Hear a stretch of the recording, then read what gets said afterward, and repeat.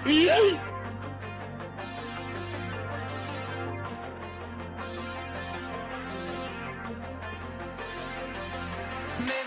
right, good morning, folks. Let's see where we are. I got a million windows going. Good morning, folks. Today, hold on, can you hear me? Because I cannot hear my feedback. There we are. Good morning, folks. It is Friday, July 7th, 2023. Welcome to episode number 403 of Simply Cyber's Daily Cyber Threat Briefing podcast. I'm your host, Dr. Gerald Auger. And over the next 45 minutes, me, you, Matthew Netchie, Carrie, Kim, Sublime Ghost, Priceless Pancakes, Wade Patterson, who stayed up over an overnight to be here, and all of the Simply Cyber squad and Simply Cyber community members will be ripping through the top cyber news stories of the day, and I'll be giving my expert opinion and analysis on each story, on what it means to you as a practitioner. So if you're looking to break into the industry, you're going to get value from the show. And if you're actively working in the industry, it's going to certainly help you with understanding what to do tactically, strategically. Spoiler alert, dude. Working in cybersecurity, it's a lifelong learner. It's a lot of vigilance, a lot of staying on top of things. And that's what we're doing here every single morning. Just as a quick show note, if you did not know, I do not research, review, prepare in any way for any of these stories before we launch them. So I'm seeing them for the first time with you. Excuse me. So you're getting my honest, raw, rough, rugged, and raw take on each of these stories.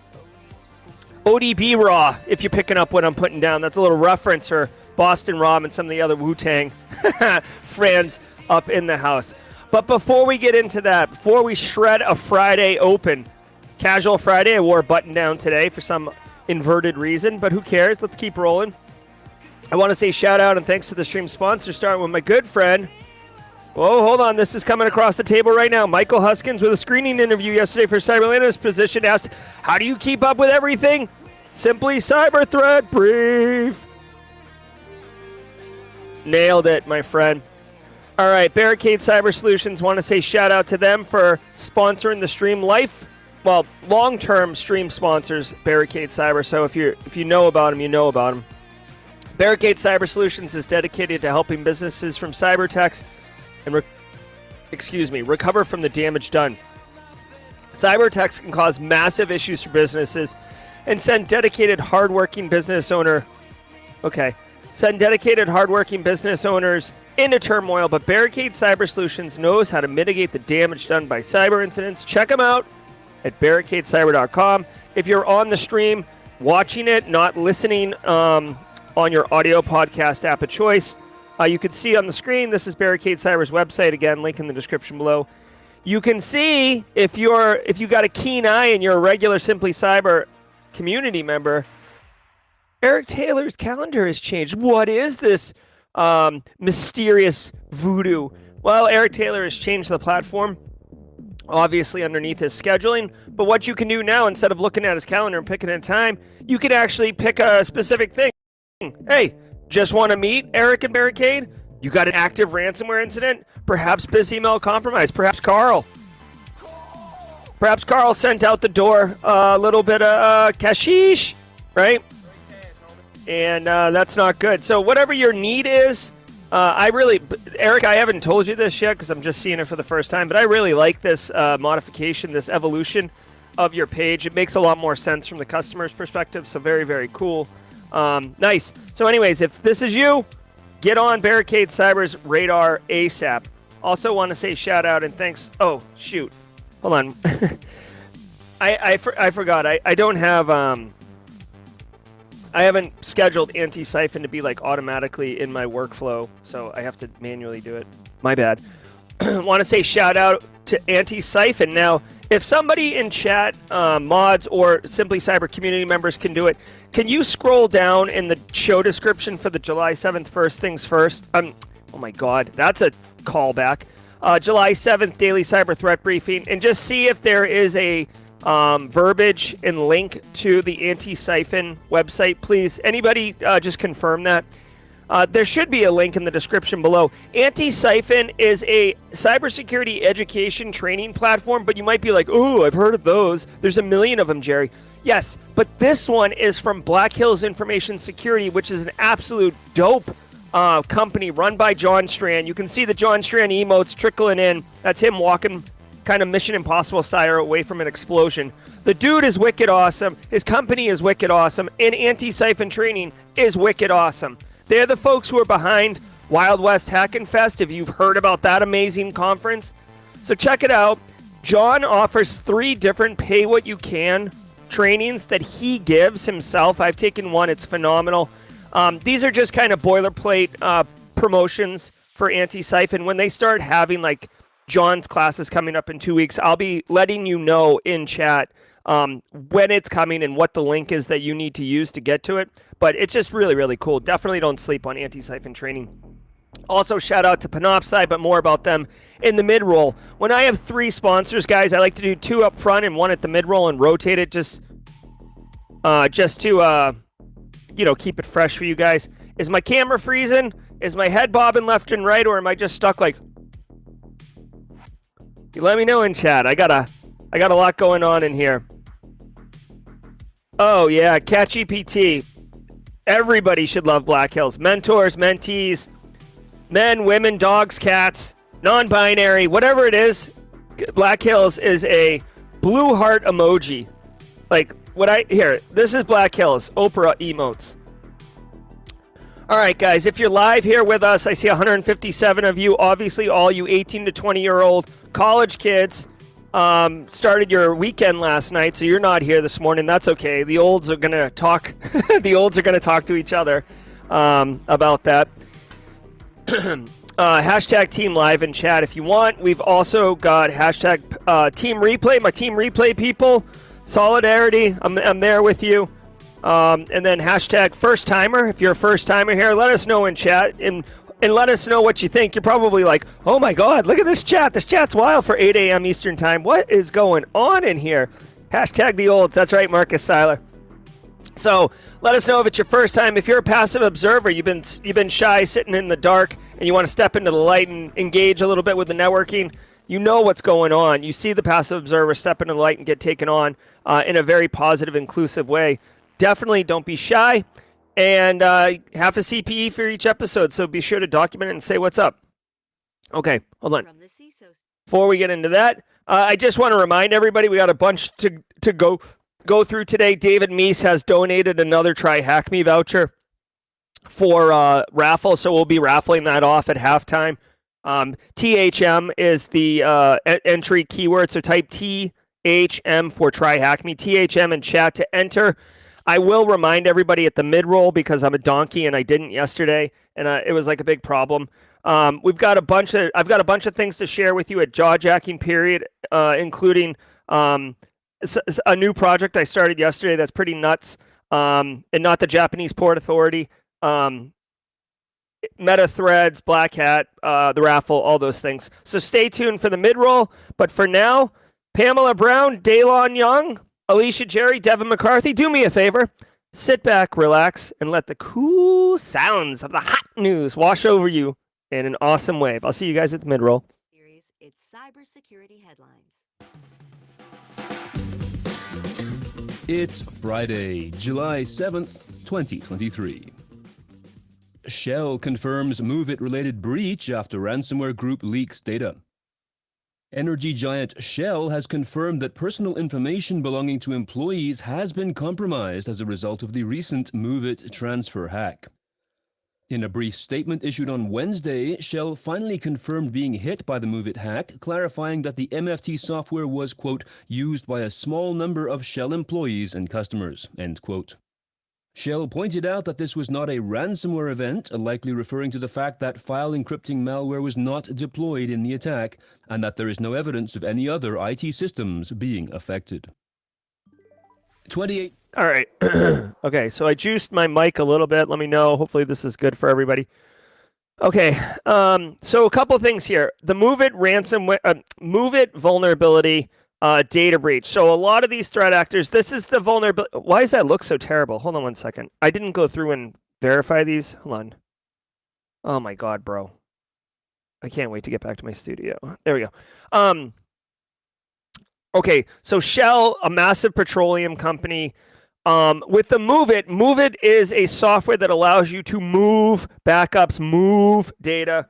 And if you're a cow, move data. It is Grayson's Joke of the Week Friday, so I can pepper these jokes in, and that's okay. So listen, they weren't ransomwaring necessarily.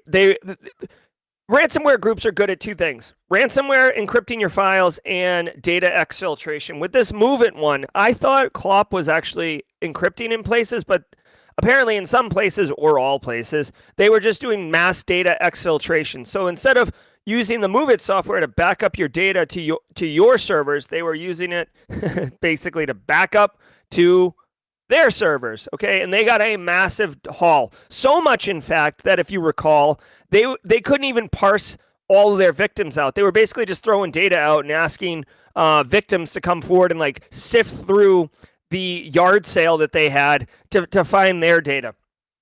Okay, so Shell finally confirms a data breach. I don't know what this means for Shell, but two things jump out to me right away. One, this happened like maybe 2 weeks ago, 3 weeks ago, okay? And Shell is now confirming it, okay? I've said this before, but it's really important, especially if you're a junior analyst. You do not want to say breach. Like the words breach. You do not want to say breach. The CISO is the one who gets to say the word breach. You get to say incident, maybe event, okay?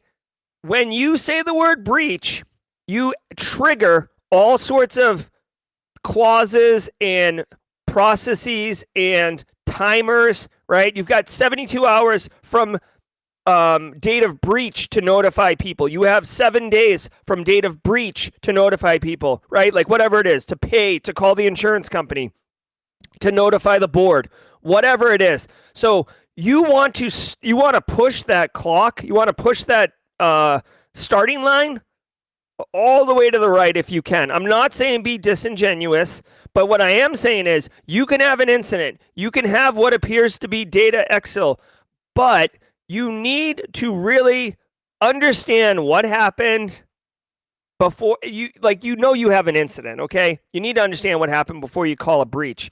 Not because the day one, the ransomware threat actor group send you a picture of your internal emails and you're like, oh, well, there's a data breach. Also, I want to point out, just from a practical perspective, like get away from the fact of the timers start and everything. Just from a practical perspective, ready? You are an analyst.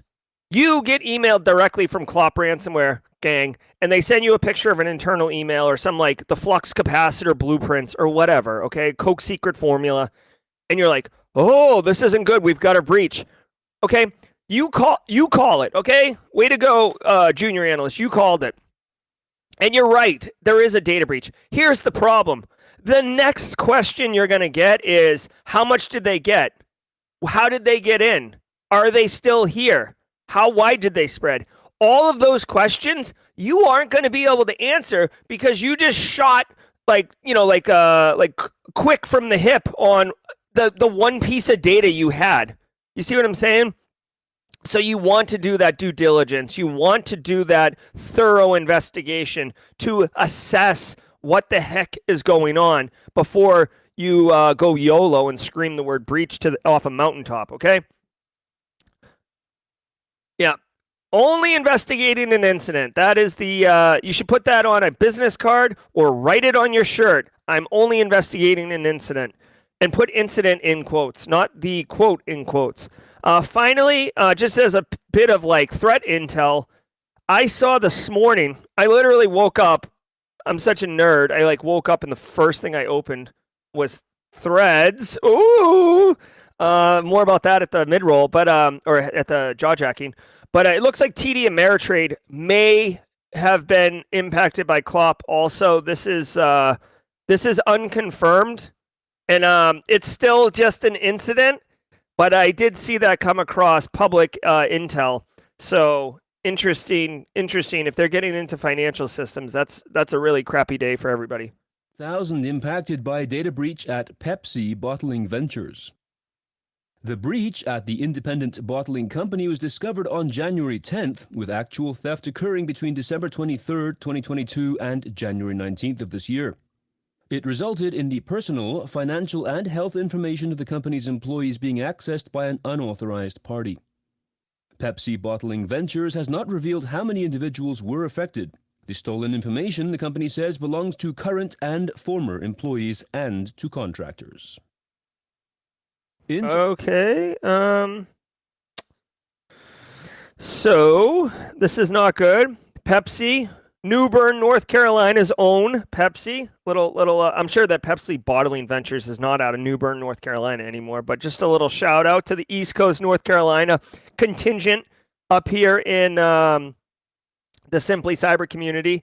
So this is a classic example of a business getting hit and the internal data of the employees, financials, personal, basically the HR records compromised. That's what happened here. It is interesting.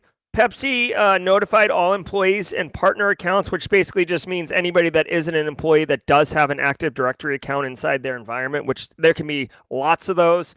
Check out your hashtag third-party risk management, hashtag contractors, hashtag vendors who run manufacturing equipment, which Pepsi is a manufacturing company, even though they make soda, who will only be authorized to work on equipment, right? There's a million different, not a million, but there's probably 100 different types of non-employee accounts running around in AD. They were all notified to change their username, password, and security questions for any account that they maintain with Pepsi Bottling Ventures. This is a really wild guidance. I almost think that, correct me if I'm wrong, chat, okay?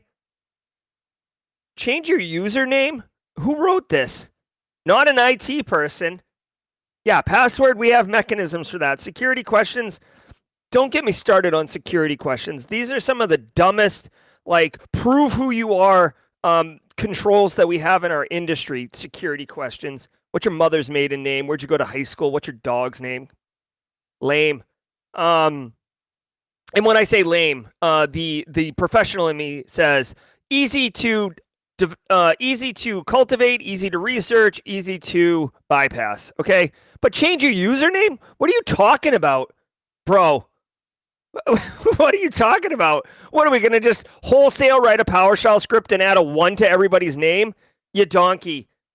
This was not written by an IT person, with all due respect. This was written by a PR person who basically got told, if I had to guess, this is tinfoil hat, Jerry.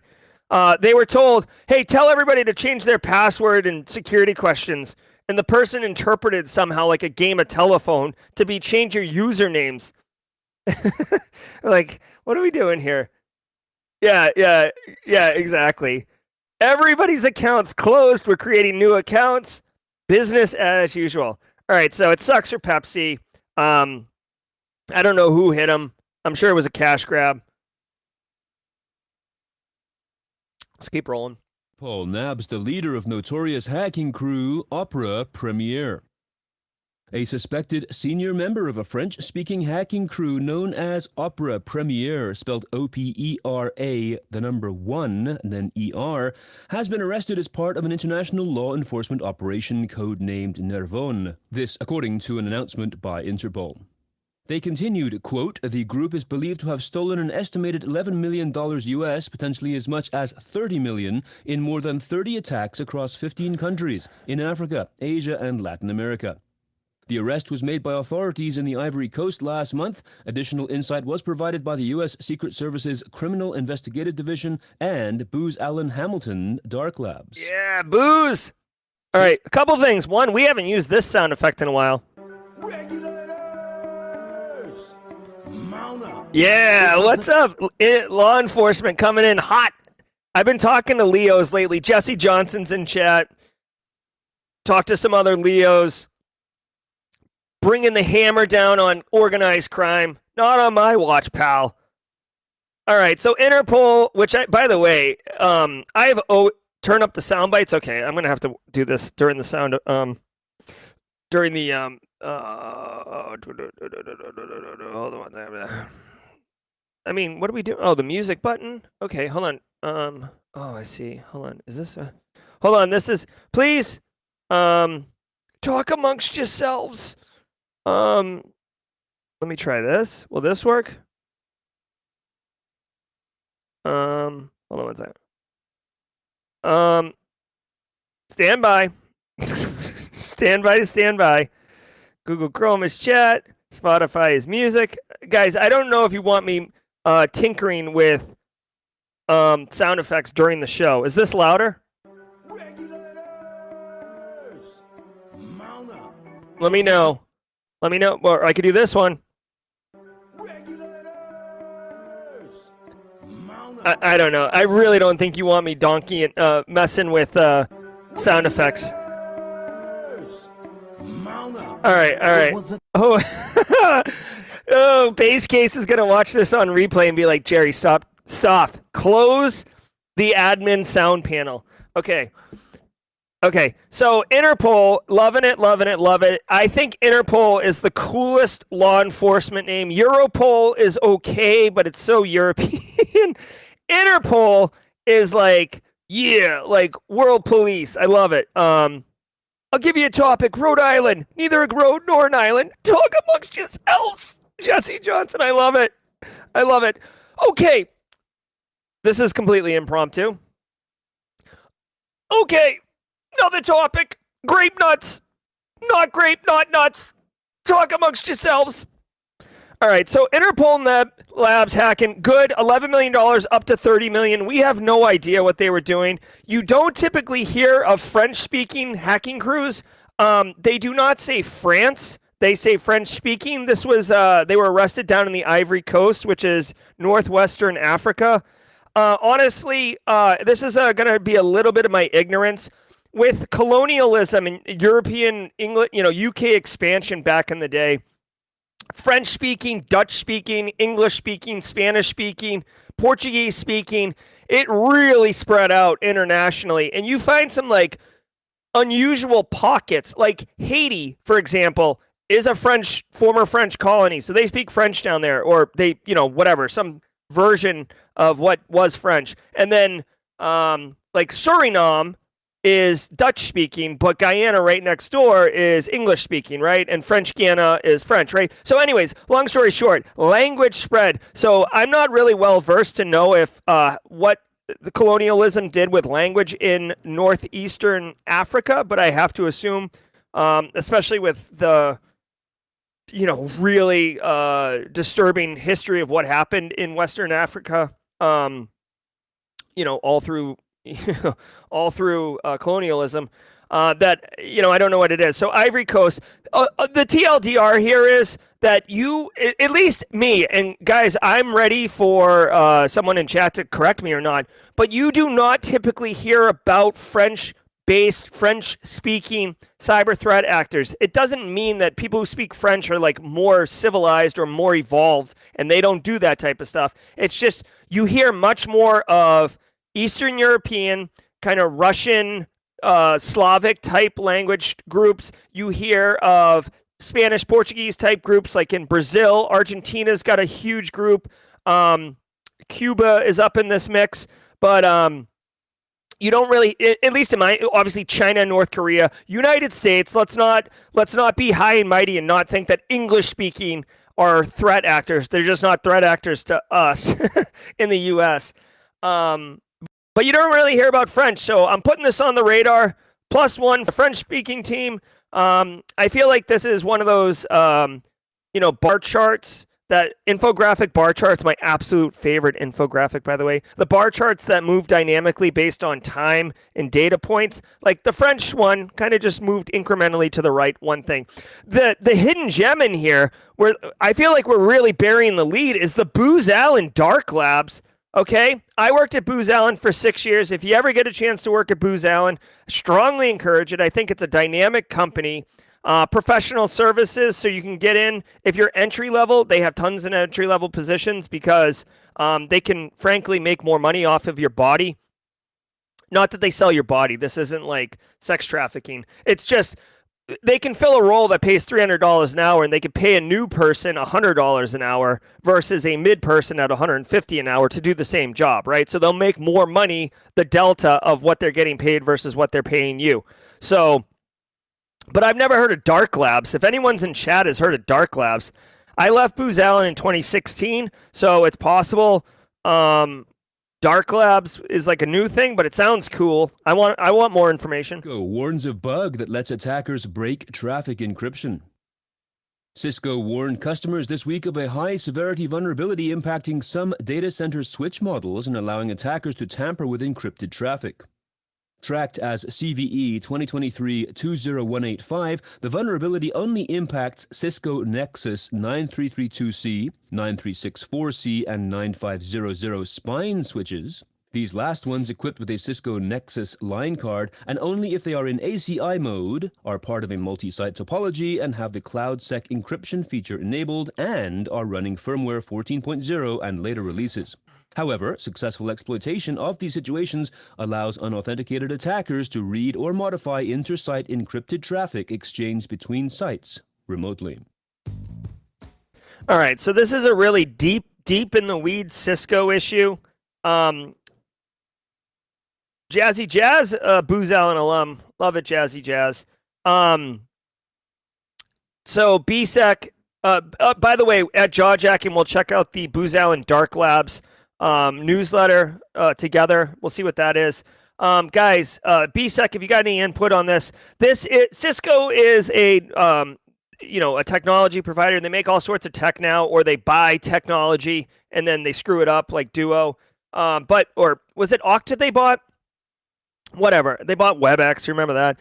Anyways, they do really well with networking equipment, and this is a networking equipment vulnerability. There is no signs of active exploitation, so be mindful of that. This particular really nasty bug is inside of like data center switches. So this isn't like firewalls facing the internet. The chances of this getting popped are not great. I almost feel, honestly, based on, again, I don't research these stories in advance, but based on what I just heard and what I read quickly, I suspect that an adversary would have to already be in your environment and then find the switches that are in scope of this, not as an active, not as an initial compromise. So there's a little bit of protection there. It basically says that there is a way to properly configure it. No patch, no signs of active exploitation. Mono Julian dropping bombs here with a $20 super chat. Let me do the... Did we just become best friends? Yep. Thanks so much, Mono Julian. I pray for all the CISOs with the new responsibilities and regs. Good morning, cyberheads. Check me on the link and let's connect. Currently at DXC Pfizer, looking for a GRC role or vulnerability analyst role. Love it. Mono Julian, drop your LinkedIn URL. You know what I mean? Drop a LinkedIn there in chat. We'll do the community, Simply Cyber Community Challenge. Maybe someone will tag you with the baton today, Mono, and we can dig into that. BSEC, our resident network engineer, drops in with a comment. This would be something like someone in the system can decrypt and read traffic if you're encrypting traffic on the LAN. Oh, thank you very much, BSEC. So here's another thing. The risk here, okay, so like I'm going to flip out for a hot second. Listen to me. The risk here is that if you're encrypting on your local area network, meaning inside the building, the phone calls come in from inside the house, then the threat actors can decrypt it. Here's a spoiler alert. I've worked in sensitive environments like federal IT environments. I've worked in healthcare environments with pretty sensitive data. No one is encrypting on the land. Okay? And I'm sure it's happening in some places, maybe in financial services, okay? Maybe. But the burden, the maintenance, the management, the problems that come with it, all of it is introduced when you encrypt on the LAN. I don't know anyone. Let me know in chat. Like, have you worked anywhere that encrypts the LAN? Because, it's one of those ones that's like a security control that, whoever's in charge, the AO, the CISO, the CIO, whatever, they're like, no, we accept that risk. It's like, okay, like, did you do any kind of like assessment of what the risk is, or are you just like, that's too hard, that's too expensive, that's too much of a pain in the too much political capital to spend, which means political capital, by the way, if you don't know the term political capital, it's when you have to like, you've like earned trust, you've earned goodwill with the business, and then you're about to basically have them sit on a thumbtack and like it. And in order for them to like it, you got to spend political capital. And you only have so many tokens. It's like giving your kid a roll of quarters at the arcade. At some point, you know, if you're going to play the claw machine that costs $3, and I hate claw machines because they're basically, I wish I owned claw machines because they're gold mines. But if you're going to play the claw machine for $3, expect to run out of money quick. You're spending capital, okay? That's not exactly a perfect comparison, but my point is political capital is when you have to make someone eat a crap sandwich and not complain about it. You don't want to spend political capital often, okay? So no one's encrypting on the LAN. Exactly. Adds overhead, BSEC is saying. And really, like, if someone is already in your here's the thing. If someone's already in your network, reading your network traffic, they're going to be able to get to your file server, your data server. Carl's going to give up creds, right? Like you're not gaining massive value by encrypting on the LAN because you're already screwed. You feel me? You're putting a ton of money, energy, and effort into a control that a threat actor, you know what it is, okay? You know what it is? It's basically, do you remember in Indiana Jones and the Last Crusade, the scene where Indiana, and I know this is a super specific reference, but follow me here. There's a scene where Indiana Jones and Elsa, before he finds out that she's a bad guy, jump in a boat, and they're doing a getaway on the boat, okay? And then there's two, like, huge, like, cruise liner boats that are docking together. They're gonna go together, and they drive through the middle of those boats, and another bad guy boat follows them, and Indy and Elsa barely make it through the boats, and then the other one gets crushed by the boat. Well, there's another bad guy boat that just goes around the two boats. That's what's going on. Like, nobody's gonna drive through the boats, right? The boats in the control, that's you and trying to encrypt your network traffic. Any bad guy's just going to drive around it and figure it out on the other side. Like you're not, your return on investment, I'm sorry, now I'm really upset. I'm like starting to sweat through this shirt. Your return, whenever you make a control decision, right? This is why Panoptcy's quantified risk assessments are a good thing to invest in. Whenever you make a control decision, okay, meaning you're going to introduce some type of control into your environment, you need to weigh how much is it going to cost financially? How much is it going to cost for a project plan implementation? How much is it going to cost to maintain after you implement it, which a ton of people don't give consideration to. It's annoying. What's it going to look like when you decommission it? Again, something nobody thinks about. And four, what is the actual risk reduction you're getting?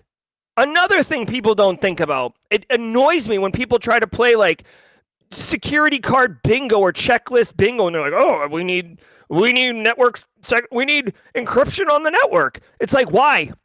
What? Explain to me the risk reduction. But no one does that calculus, and then you end up spending a freaking ton of money. It doesn't get maintained. It probably gets implemented incorrectly because you hired the cheapest contractor to do it. And then you have this spend for no risk reduction. What you should do is flip the script and look at what your threats are, look at what your risks are, then look at what controls you can implement to reduce those risks.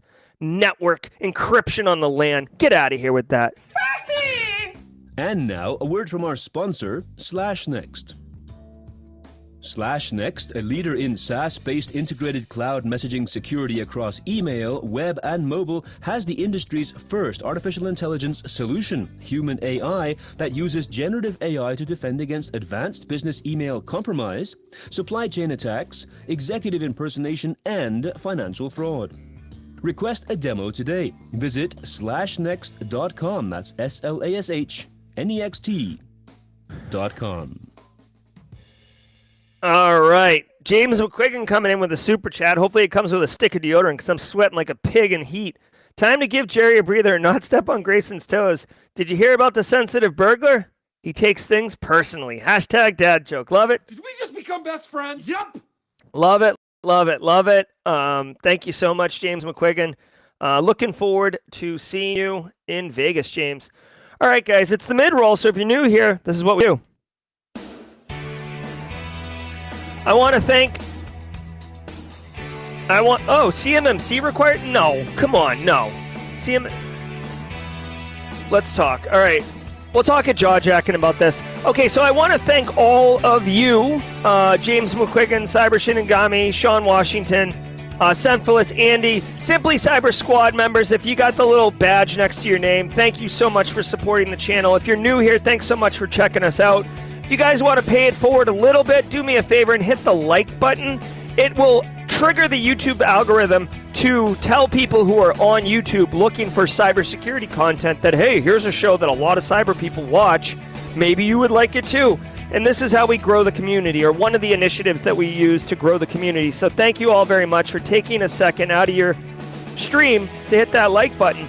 Now, I want to thank Panoptcy Security for also being a sponsor. I thanked Barricade and Antisyphon at the beginning, but Panoptcy Security, a good friend of mine, Brandon Poole, runs Panoptcy, and genuinely appreciate him supporting the Simply Cyber community with sponsorship.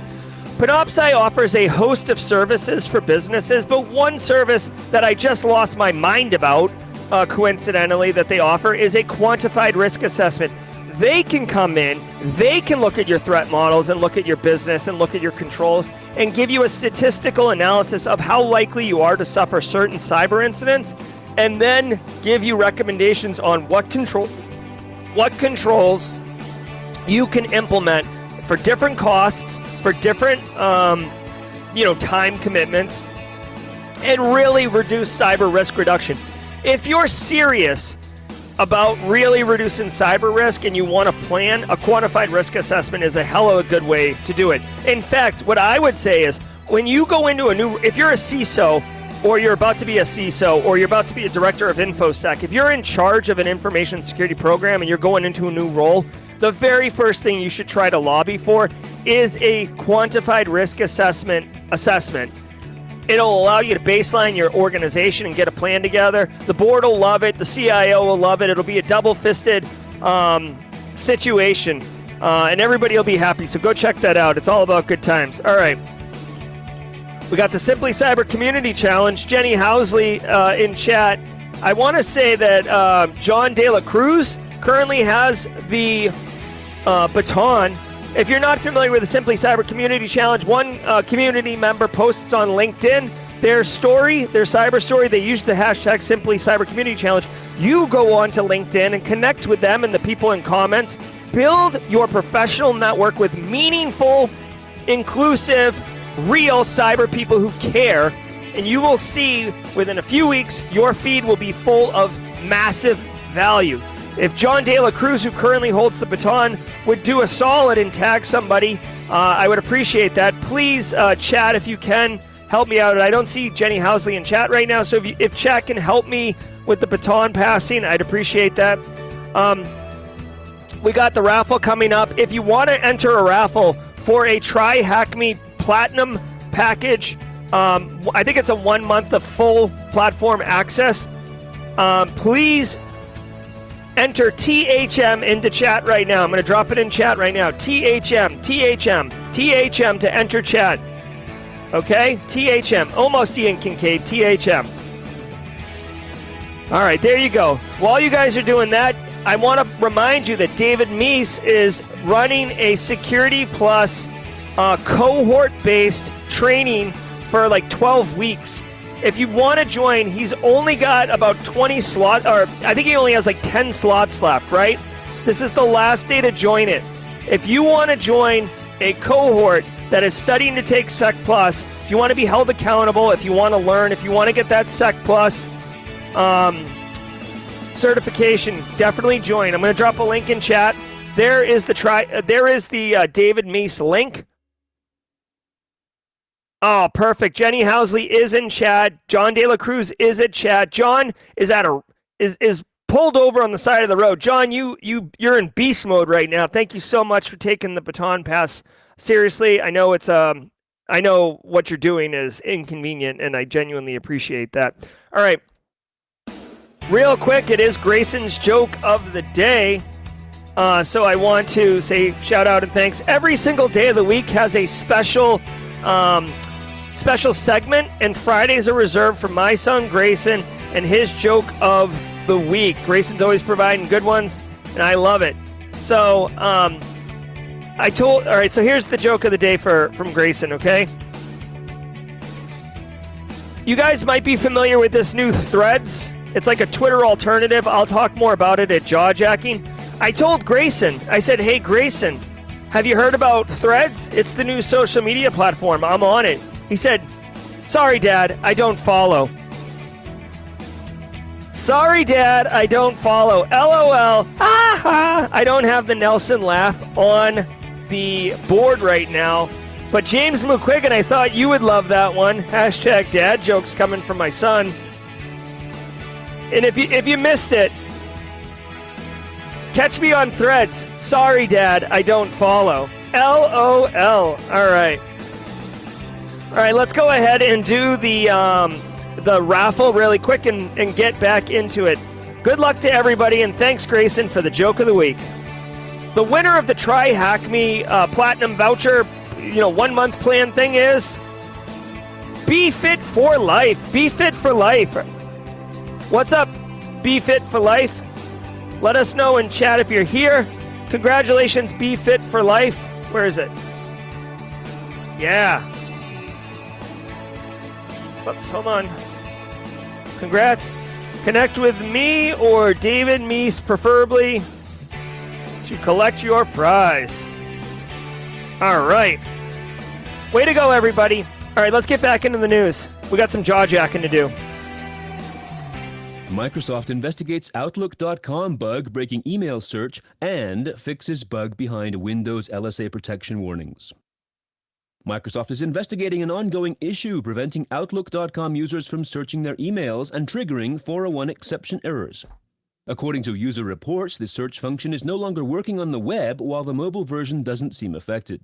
Others have reported having issues when contacting Microsoft 365 personal support, being caught in a loop of sign-in and Office 365 service choice prompts. In addition, Microsoft is also pushing a Defender antivirus update, first issued in April and pulled in May, that fixes a known issue, triggering Windows security warnings that Local Security Authority (LSA) protection is off. All right. Well, the update on this story, as seen in the article, is that the issue has been resolved as of July 6, 8 a.m. Universal Time. The root cause analysis was a configuration issue introduced during a service update. This was not a cyber attack. This issue has been resolved, so there isn't much to talk about here. All I would say is, if you want to add this to your repertoire for interviewing for cybersecurity jobs, not every outage, not every attack on availability is a denial of service attack. It can be a configuration issue. Carl! Looking at you, Carl, okay? Now, what I will say is I'm going to give Carl a break. Be Fit for Life. Connect with me on Discord or LinkedIn. Either will work, and we'll get you sorted out. If David Meese is in chat, he can connect with you. We'll get you sorted out, though, okay? No problem. Mono Julian, if you're still in chat, looks like the baton is attempting to be handed to you, but you have to accept the challenge. So, Mono Julian, let us know if you want to take that on. Guys, I just want to take a hot minute and mention configuration change control, change management. If you are, kind of cataloging different examples and use cases to drop in a job interview, this is a good one, because this is why change control and configuration management is important, okay? Also, I want to point out, I'm going to give Microsoft the benefit of the doubt here. I'm not going to throw Carl under the bus. Here's the deal. When you're going to introduce a change to the environment, right? You're going to add a service update. You're going to connect a new network, whatever, right? You're going to deploy a new app. It doesn't matter, whatever. Typically, you have change control, and that change control board is going to have a bunch of different people there. IT is going to be there. Help desk is going to be there. Apps is going to be there. Maybe HR. I don't know. It depends on what you're doing here. But everybody talks about it. Everybody agrees. you think through it. Now, one of the things that you do when you do change control is you test the change and you prove that you tested it in a non-prod environment, so you're not going YOLO and just throwing stuff into prod. Secondly, you have a rollback strategy. A rollback strategy is if we put this thing into production and it goes, belly up, what is the plan to get back to a known good state? That has to be understood and defined, because when crap like this happens, you better be able to execute on that. Now, if you don't do change control, you can have way bigger issues, much like when Facebook did that BGP update a couple years ago and brought down half of Facebook. That was probably a junior engineer not testing properly, or it was like Friday at 3 o'clock and they're like, hey, I'm getting out of here because it's half price down at the taco barn. But in reality, this seemed like a deeply seated issue.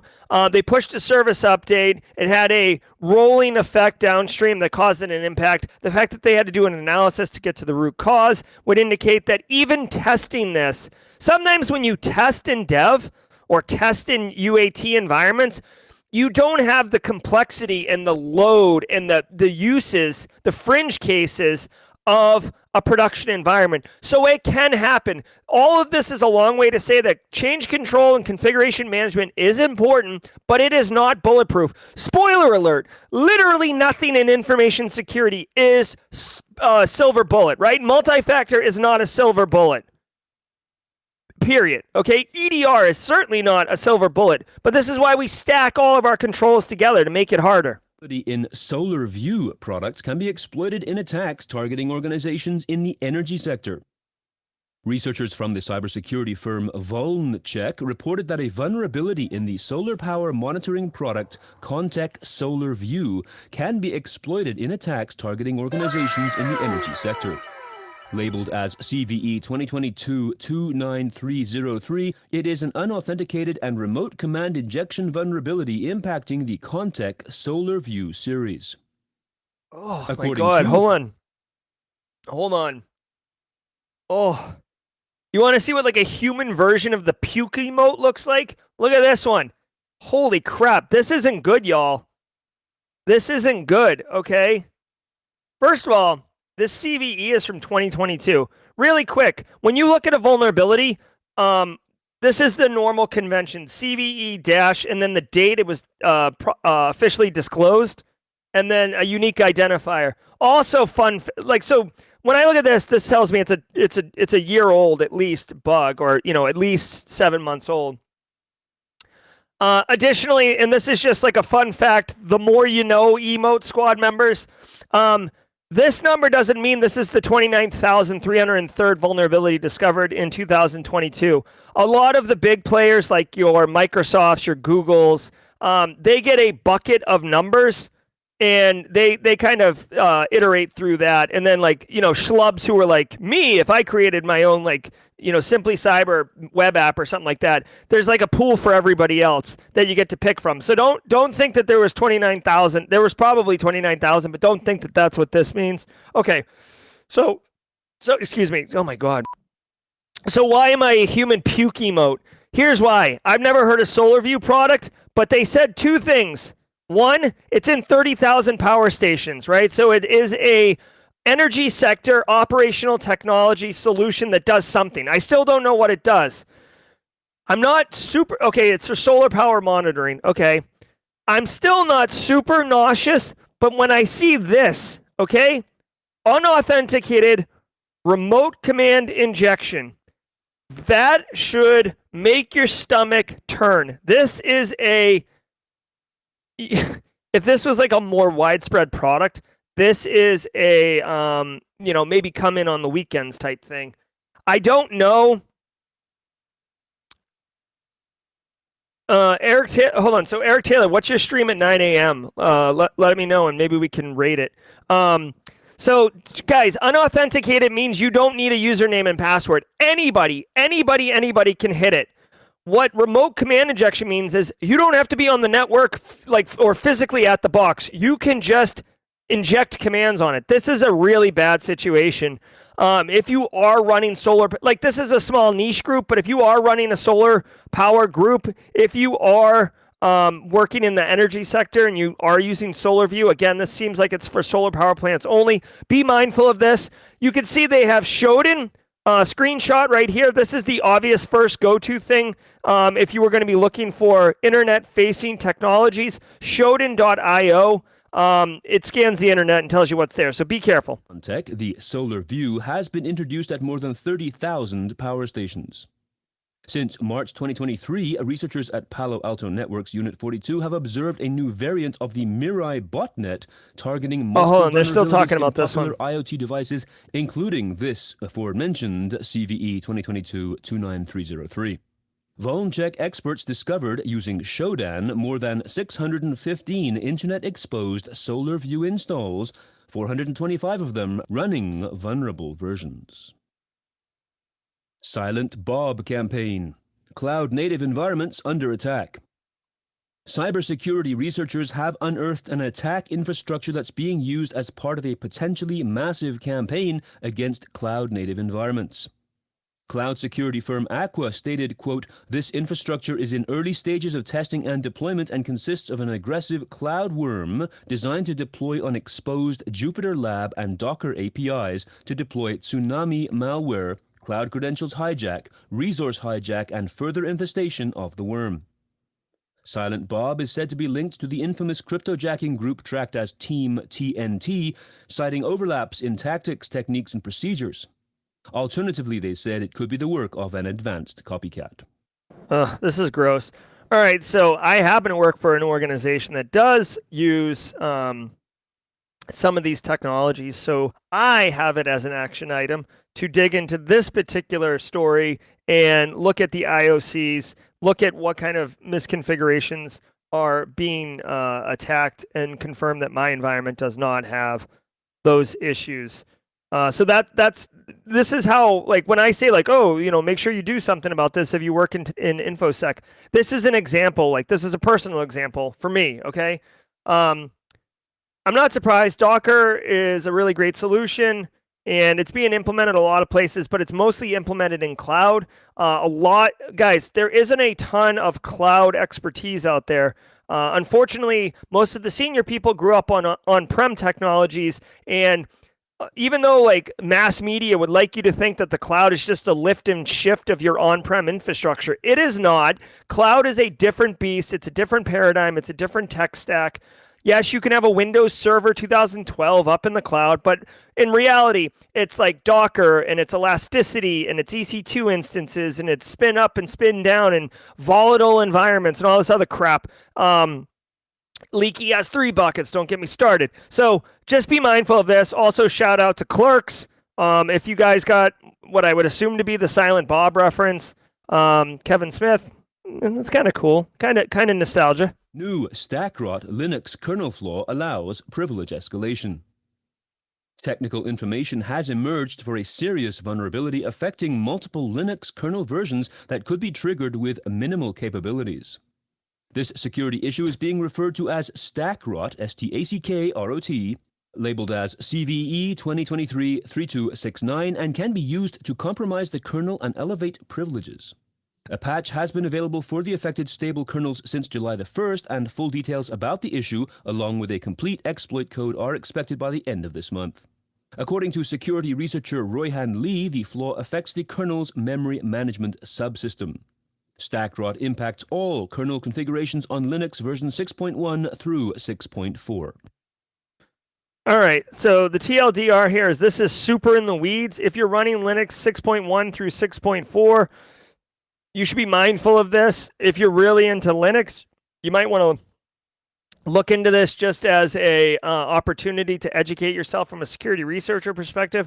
I do want to say that the vulnerability, it says in the story, the vulnerability in use, the vulnerability is a use after free problem. This is a very specific type of weakness within operating systems. So like when you are using an operating system, I'm not going to get super into the weeds here, but there is, you allocate memory, you do something with the memory, and then you have to release the memory. And a lot of like modern higher level programming language handle this for you. But there's an opportunity where the memory gets freed, but it hasn't been wiped yet, and then you can access it. Okay, this is use after free. If you're looking to understand software exploitation, the use after free is a great one to add. Double fetch is another good one to add. Obviously, buffer overflow, heap overflow are other wicked common ones that people know about. But use after free is another one to add to your arsenal. If you are into software exploitation or security research, definitely add that to your repertoire. A reminder to join us later today at 3:30 p.m. Eastern. Boom, baby. That is how we do it. All right, guys. So we are at 8:57 Eastern time, so we ran a little over. I got to figure out, I don't know, guys. Like, I try to keep it to 45 minutes. I don't feel like I'm flapping my gums and wasting time up here, but, bro, we cruise right through the 45-minute marker. Hey, if you were here just for the news, I want to say two things to you. One, thank you so much for being here, and I hope you have a wonderful weekend.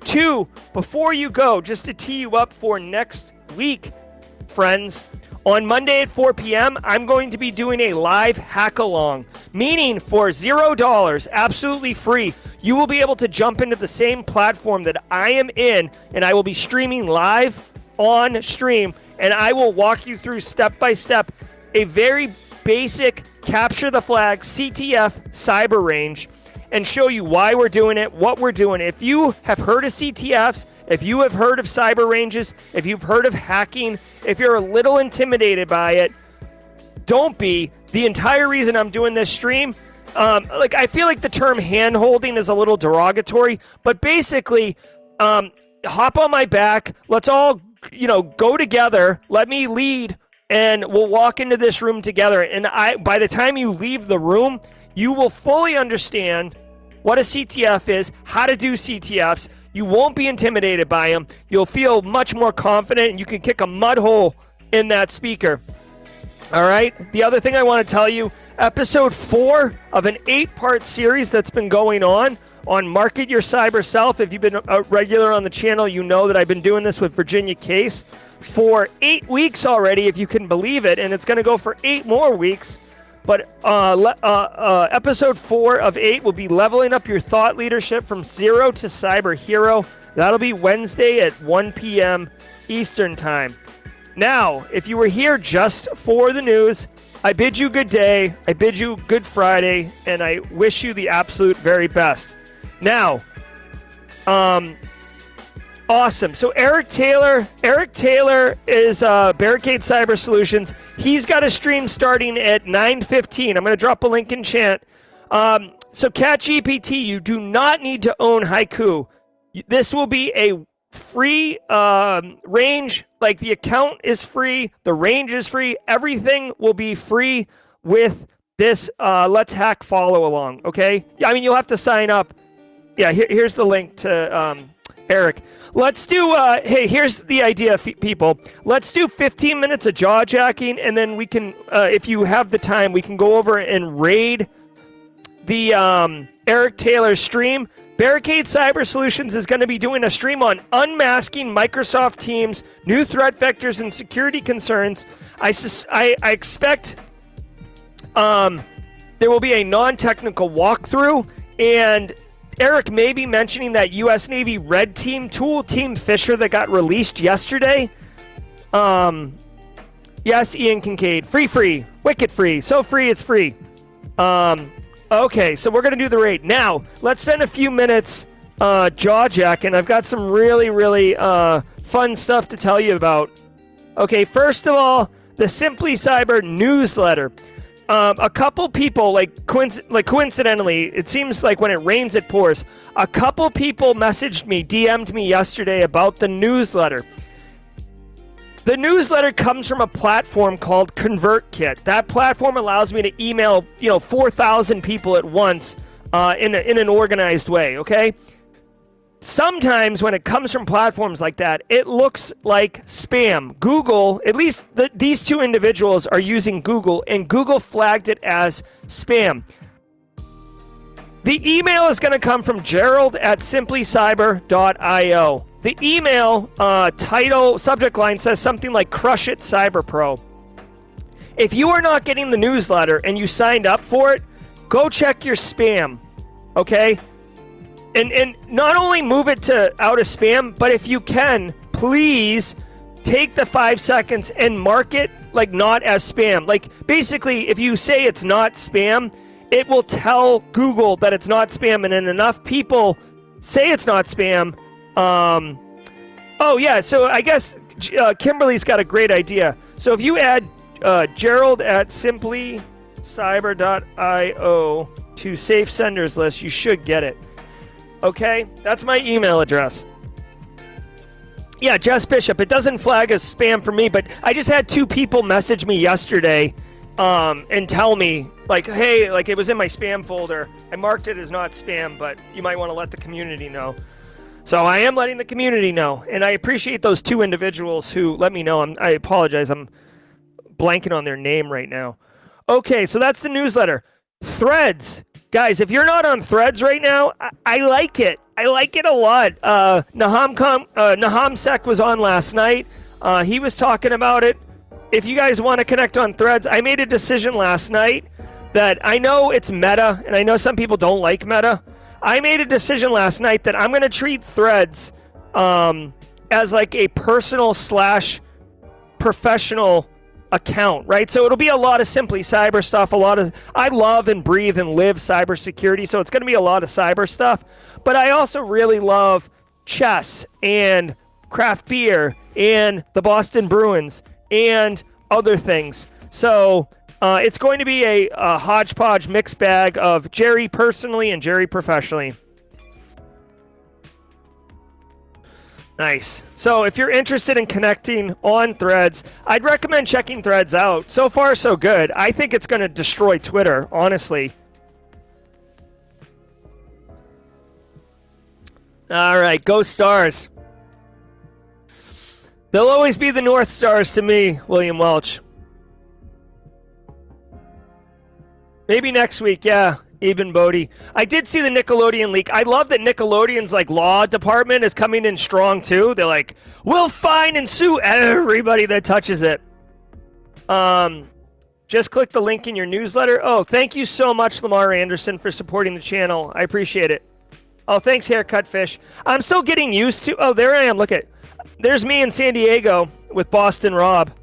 I'm still trying to figure out how Threads works. Like, I don't understand if I'm supposed to accept every follow request or if you're not supposed to do that. I don't know. Let me know in chat. I suck at social media. The other things I wanted to tell you. Oh, this is a deep cut for team jawjacking. Okay, so yesterday I had like an hour to kill, so I created a Telegram channel. I wanted to just try it out and see what's up. I created a Telegram channel. So if you're using Telegram, you know what I'm talking about. All the Telegram channel is right now, and I'm willing to modify it to make it valuable for everybody, is literally if Nahamsek releases a blog post, it shows up in the Telegram channel. If TCM Security releases a blog post, if Eric Capuano releases a blog post, right?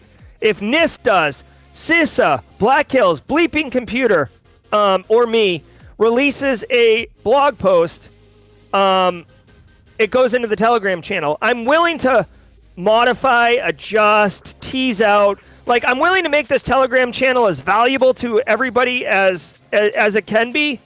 But I'm just playing with it right now. I'm trying to see if it can be useful to people. Oh, Space Tacos. I'll check out those hacker masks in a second. So if you're in Telegram and you want to do this, I was going to like have a pilot group go through and give me more feedback, but I'm just so I'm so YOLO with this. I'm like, what the hell? Like, let's have the people who stay for jawjacking help. I believe that's the link right there. Whoops. Can you add a channel like this, but on Discord? I know there's a way with some bots. Yeah, I tried doing it, Cyber Munchkin, but yeah, that's the right link. That's the right link. So if you're interested, and by the way, if you do sign up for the Telegram channel, and you have feedback, like, oh, it'd be cool if you added this blog post, or you shouldn't add as much detail, or whatever. I'm using Zapier to do automation, so it's all the whole channel is automated, right? It's just like, it's content that I like to consume, so I shared it with. I made a Telegram channel, and I'm sharing it with all of you. That's the deal. Okay. All right. Let's see. Creating a new Telegram now. Oh, cool, Thomas Forbes. Can't we do that in Discord? Yeah, Harish. So here's the thing. I have a news. Here's the thing for me. I have a news channel on the Discord server that's kind of doing this, but I don't go there. Like, personally, and I'm not saying like, oh, we're doing whatever I do. What I'm saying is I find myself on Telegram a lot. I don't find myself going to the news channel on Discord a lot, if you know what I mean. So, I don't know. I figured I would give it a shot, and if it gets some traction, we'll keep doing it. And if it doesn't get traction, then I'll abandon it. It doesn't cost anything. It's free. Let's see. I used audiobooks on repeat while driving. That's a good call. Oh, Mono Julian, there is no link. So if Mono Julian accepts the baton, which it sounds like Mono's doing, all you have to do, Mono, is go onto LinkedIn, share your cyber story, use the hashtag #SimplyCyberCommunityChallenge, which you can see right here, and watch what happens. Right? Yeah, James Leitner. Go Bees. Yeah, William Welch, if it's free, I guess we are the product, but I do get value from Telegram. I use it for several group chats, personal chats. Again, if you guys, here's the thing with the Telegram. If you like it, cool, and if you don't like it, cool. And if there is support for it, I'll continue to update it, modify it, add to it, remove from it. And if it's something like the like here's an example. I created a Simply Cyber TikTok channel and added some TikToks, and they did poorly, so I stopped doing it. That's the thing. I'm trying to move fast, break things, see what the community wants, and do more of it, and what the community doesn't want, do less of it. Ezra wants to modify a nonprofit company near where I live for additional experience. I plan to audit against 853A framework. Well, first of all, the 53A is the actual guidance for, I mean, this is a nuanced piece, but that's the guidance for actually auditing. The 53 is the control dictionary. Ezra, I would not do 53. Like, the 53 is massive, right? Even on a low baseline, you're talking hundreds of controls, right? I mean, it's not bad to do it, but what I wouldn't suggest is maybe doing a CIS 18 and those controls map to 853 and use that as your control baseline, or use NIST cybersecurity framework. Basically, you're going to get wicked in the weeds if you try to do like a low baseline on a nonprofit. It's going to be really exhausting, and I would just boil it up a little bit if I was you, Ezra. Nice, McKinney Emmanuel. We got 22 more people on the Telegram. The link to the Telegram is here, and just message me on the Discord server if you have feedback on the Telegram channel. Like, I don't care. Do it on like the main SC channel, right? The main Simply Cyber one. That's probably a good idea. Yeah, I love jaw jacking and hanging. It's all about good times.